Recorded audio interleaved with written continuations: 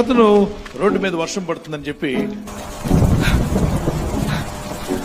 పరిగెత్తుకుంటూ పక్కనే ఉన్న ఒక ఇంటి దగ్గరికి వెళ్ళాడు. ఆ ఇంటికి సన్ సైడ్ ఉంది కాబట్టి వర్షం పడినా కొంచెం తలదాచుకోవచ్చని అక్కడ నిలబడ్డాడు. ఆ లోపల ఏదో శబ్దం వస్తుంది. ఏం మాట్లాడుతున్నారని చెవులు పెట్టి వింటాడు. కానీ ఎవరో ఇద్దరు మగాళ్ళు మాత్రం తిరుగుతున్నారు. కరెంటు పోయింది. ఆ టైంలో కరెంటు పోయినప్పుడు దీపం వెలిగించారు. అబ్బా ఏం మాట్లాడుతున్నారని జాగ్రత్తగా వింటే ఒకడు అన్నాడు, ముందు మెడ కట్ చేయి అన్నాడు. అవతల వాడు అన్నాడు, ముందు మెడ కాదు చేయి కట్ చేయి అన్నాడు. ఒకడు మెడ కట్ చేయమంటే మరొకడు చేయి కట్ చేయమంటున్నాడు. ఖచ్చితంగా ఏం జరుగుతుంది, ఇక్కడ హత్య జరుగుతుంది అని ఆలోచించాడు. విపరీతమైన ఆలోచన. ఆ అమ్మాయిని కాపాడాలి ఎలాగైనా.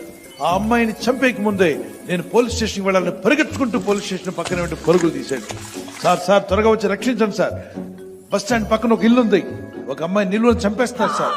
మెడ కట్ చేస్తున్నారు, చేయి కట్ చేస్తున్నారు సార్ అంటే వెంటనే పోలీసు వారు స్పందించి పరిగెత్తుకుంటూ వచ్చారు. ఇదేనా ఇల్లు అంటే, అవును సార్ ఇదే ఇల్లు సార్. ఎవరో డోర్ కొడతానని చెప్పి డోర్ ఓపెన్ చేస్తే లోపల దీపం వెలుగుతుంది.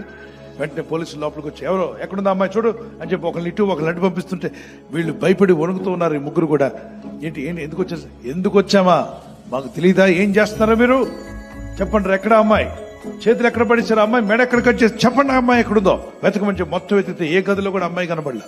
సార్ వినండి సార్, ఏంటి ఎక్కువ వినేది, ఆ అమ్మాయిని ఎక్కడ పెట్టారు చెప్పండి. సార్ వినండి సార్, అసలు మ్యాటర్ ఏంటంటే మేము టైలర్స్ సార్, చీకటి పడింది, రేపు ఆ అమ్మాయికి పెళ్లి కూతురు